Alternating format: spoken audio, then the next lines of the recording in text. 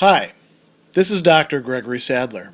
I'm a professor of philosophy and the president and founder of an educational consulting company called Reason.io, where we put philosophy into practice. I've studied and taught philosophy for over 20 years, and I find that many people run into difficulties reading classic philosophical texts. Sometimes it's the way things are said or how the text is structured. But the concepts themselves are not always that complicated, and that's where I come in. To help students and lifelong learners, I've been producing longer lecture videos and posting them to YouTube. Many viewers say they find them useful. What you're currently watching is part of a new series of shorter videos, each of them focused on one core concept from an important philosophical text. I hope you find it useful as well. In Chapter 8 of his short work, What is Art?, Leo Tolstoy will criticize the art that's recognized as such in his own time, which we can call the art of the elites or of the upper classes, whether we associate that in terms of income and wealth, in terms of upper classes, or in terms of opinion formers and those who have certain competences that are acknowledged in terms of the elite, or the intersection between the two, which is often the case in many societies.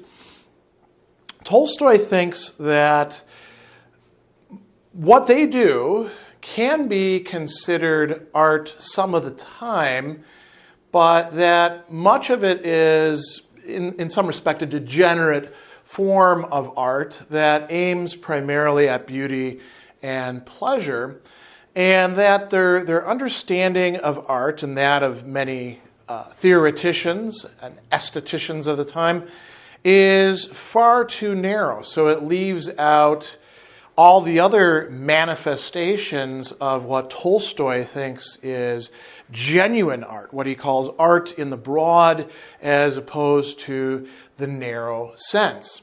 So the argument that he's actually making here is that elite art, or the art of the upper classes, is not true art, not universal human art, but rather something that is only for a specific group, and that shouldn't be looked at as having the universal significance that is accorded to it.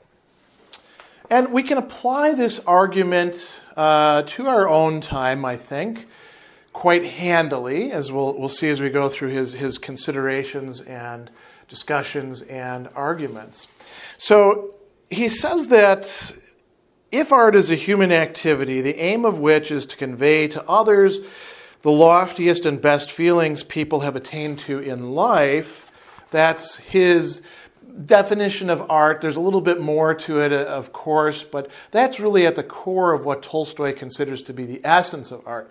It provides a communication and a communion in feelings. And what makes it really good art is that these are feelings that are in some way necessary or wholesome, or they reveal to us something that we were missing out on before. So he says, this poses a little problem. How could it happen that mankind should live a certain rather long period of its life, from the time when people ceased to believe in the church teaching down to the present day, without this important activity, and be satisfied instead with the worthless activity of art that merely affords pleasure? So there's this devaluation going on Tolstoy's part of art and theories of art or valuations of art that center it on beauty being understood as whatever is going to give us pleasure. And we could, say that in the present day, there's perhaps not that much emphasis on beauty in art, but there are other aesthetic qualities that we might associate with it instead that do have to do, in some respect, with pleasure understood in a very broad sense.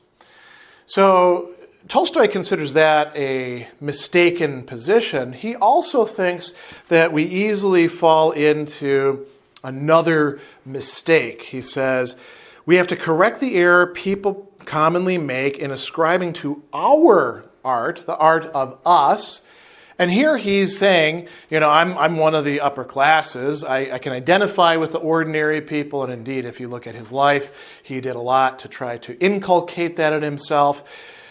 But he knew that he was coming from this prioritized or privileged status. So he says, our art gets ascribed the significance of true, universally human art.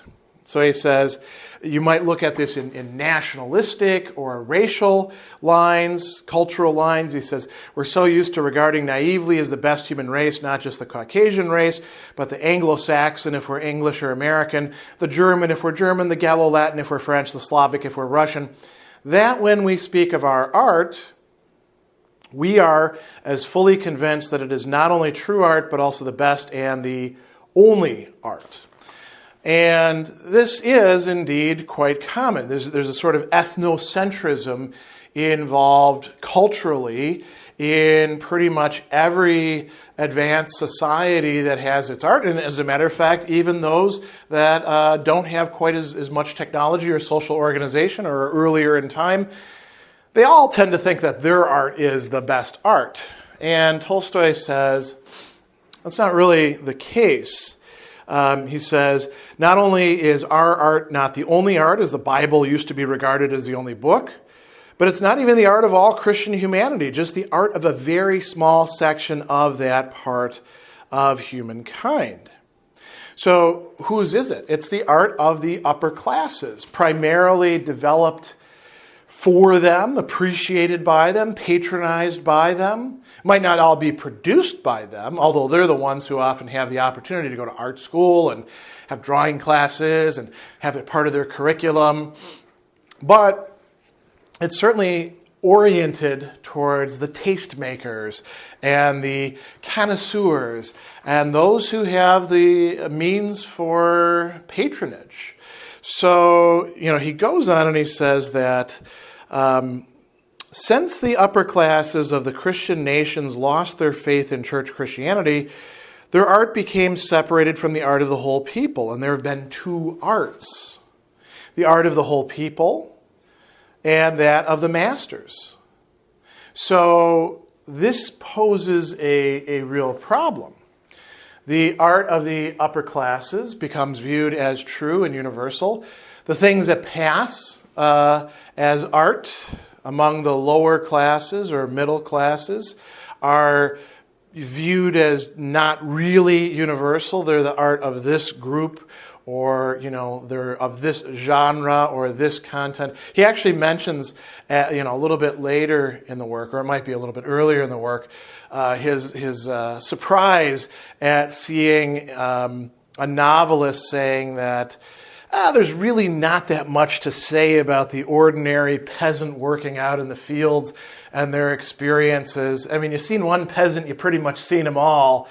But, when it comes to like the things that the upper classes are interested in, like fine liquors and having love affairs and dueling and things like that, then they can go into minute detail, right? And we see this still playing itself out. We have discussions about representation today, particularly in the art fields of TV and film and things where people are represented mimetically there. And then we can say, well, we need to represent other people's experience. So Tolstoy has a few considerations that he wants to bring before us. One thing, and I think that, this is still a good charge right now. He says most people have little to no contact with the art of the elites. He says, if we're going to say that the art we possess is the whole of art, the true, the only art, then not only do 2/3 of the human race in his time, all the peoples of Asia and Africa live and die without knowing this only true art, but furthermore, barely 1% of the people in our own Christian society, he's talking about the Russia of the 19th century, benefit from this art, which we call the whole of art. The remaining 99% of our European people live and die by generations working hard without ever tasting this art. So, we could say it's gotten better in our own time. Not only have many art museums been created and field trips and opportunities and things like that. But there are many people who really never do encounter what we would call high art, right? And that would be a problem if indeed the art of the elites and the upper classes is supposed to be universal art. So, one of the possibilities then is, well, what if we reorganize society?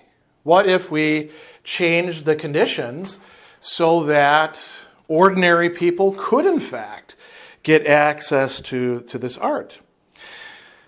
He says, here's an objection, they'll say. It's not the art to blame, but the wrong organization of society. And then notice what he says next.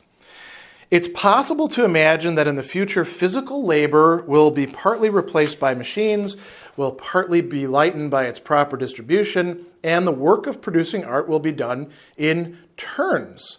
That there's no need for the same people constantly to sit under the stage, moving the scenery, lifting machinery, and playing on the piano or the French horn, or setting type and printing books.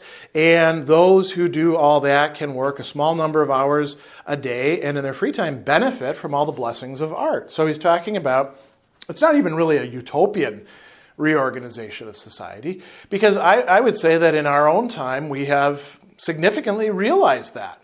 Think about the fact that I record video lectures. Granted, these are not art, but we could make them artsy if we wanted to, right? And I do so on technology that is very cheaply and readily available. I have a voice recorder. I have a camera that's rather inexpensive, a tripod, which we purchased for, I think, $25, 2 lighting kits, purchased for $50 a piece, a blackboard purchased years and years ago, which I'll be using probably the rest of my career.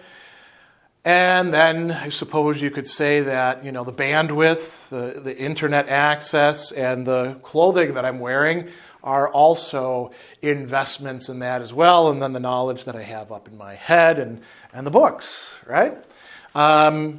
It's relatively easy these days to do a lot of things.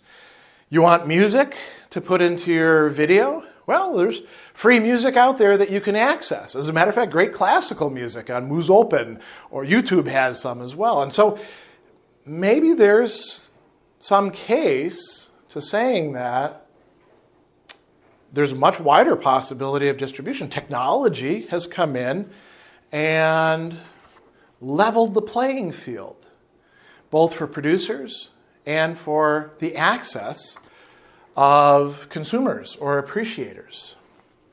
So Tolstoy says, they cannot be unaware, the people who say this, that our refined art could emerge only on the slavery of the popular masses and can continue only as long as this slavery exists, and that the specialists, writers, musicians, dancers, and actors can reach that refined degree of perfection only on condition of the hard work of laborers, and that only on these conditions can there exist the refined public to appreciate such works. Free the slaves of capital, and it will be impossible to produce such refined art. Now, we should think about this. It's possible to be an artist and put your work out there on the internet. Let's say you're a graphic designer. You can put your work out on multiple sites, have your own website. Aren't you still participating in an economy, though, that in some ways is going to support you? The answer is yes. And it's not as easy to disentangle yourself when you think about all the things you need. Clothing, food, electricity, Wi-Fi. All those things do, in fact, involve somebody doing some work. Even, the entire gig economy that's replacing a lot of current work and does involve, a lot of human labor still. Artists rely on that as well. So, this is something to keep in mind. He also points out another important factor. He says that even if we admit the inadmissible, that methods can be found to make it possible for all people to benefit from art, another consideration presents itself. Why present-day art cannot be the whole of art, Namely, he's maybe overplaying his hand a little bit here, it is totally incomprehensible for the people. It says, poetic works were once written in Latin, but nowadays works of art are as incomprehensible for the people as if they were written in Sanskrit. To this, the usual reply is that if people don't understand our art now, it only proves that they're underdeveloped, exactly as it's been with every new step in art. So then the key is to, instead of complaining about that, give people art appreciation courses or music appreciation courses or other means that they can use to get something out of it. There are indeed some forms of art that are more demotic, you could say, more of the people that get elevated and then people can appreciate. If you think about popular music, that provides a lot of great examples. Or, to some degree, street art and murals. Those are, often easy to relate to. But go into the average art museum and get past the, representational art and get into the 20th century stuff, and you walk up to things and you're like, what in the hell is this? And what am I supposed to make of it? And being told by the artist, things like, well, I don't want to influence your interpretation. Art is whatever you make of it. It's understandable why ordinary people kind of shrug their shoulders and say, is this art? I guess so. I don't know. What the hell am I looking at here? And we could say the same for performance art or installations. There's a lot of things like this where people, they can't relate to it. And so Tolstoy says that the defenders of present-day art say that we just need to educate people. And he points out something really interesting here. Again, he says, we know the majority of upper-class works of art, such as various, now notice what he's calling upper-class art in his time, odes, narrative poems, dramas, cantatas, pastorals, paintings, and so on, which upper-class people admired in their time, have never afterwards been either understood or appreciated by the great masses, and have remained what they always were, an amusement for wealthy people of their time, for whom alone they had significance. And we can conclude the same will happen to our own art. He's writing in the late 1800s, and we can say the same about art in the 20th century and art in the 21st century. So he says that when to prove that people will in time come to understand our art, it is said that some works of so-called classic poetry, music, and painting, which the masses did not like at first, they began to like later after these works were offered to them from all sides. And he says, well, this doesn't really prove the case. All this proves is that if you throw enough stuff at people and say, you better get behind this, they will indeed begin to appreciate it to some degree, but they probably won't get out of it what it is that you want. So for example, let's just think of a possibility. Great, character for moral deliberation in ancient philosophy and literature was that of Medea. And Euripides, in fact, wrote a play called the Medea. Other people tried their hand at it as well. So what if we take this figure of Medea and we just make sure that every time that art comes up, we talk about Medea and why you should see this play or why you should read it and why you should look at the pictorial representations in painting or sculpture and all that, and we just shove it down people's throats. Well, sooner or later, people are going to get the idea, yeah, I think Medea is pretty important, but that doesn't mean that they're actually going to appreciate that art. The Greek, drama, the literature, the paintings, or any of that sort of thing. They may just say, well, I like the chariot she drives. I wish I had one of those. Or, oh, it's a terrible thing she killed her kids. Sort of like that case over there in Texas. Or, they'll make the wrong associations. And he says that this art is not produced by the masses or the mob, and it's not chosen by them. It's forcefully thrust upon them in public places where they have access to art. So like he says, that which constitutes pleasure for a person of the wealthy classes is not perceived as pleasure by a working person. Calls up in them either no feelings at all or feelings completely contrary to those it calls up in an idle and satiated person. And we can think about this with, the popularity of certain shows that we watch. Great example of this are shows about rich people. There probably aren't that many rich people watching The Housewives or, these other shows set about people who, are going through these troubles, these sort of reality shows, which are quite popular in the general public. Different kinds of taste are involved. Not that, I think Tolstoy would say that the Housewives shows are actually genuine art either. But Tolstoy would say that what's really important is that we find art that can actually appeal to everybody. And he leaves us with a central dilemma. He says all of these considerations lead us to the point where we're faced with a choice. Which of these are we going to choose? Either we say art itself is not really that important, this vital dimension of human existence, something that we see every culture, once it reaches a certain stage, engaging in. Is that no longer important? Or is it that the art that we call art, namely the art of the elites and upper classes, the masters, as he says, that's not that important? And if that's not that important, then Tolstoy's view is we need to further the development of a different kind of art. Art for the people, genuinely universal art.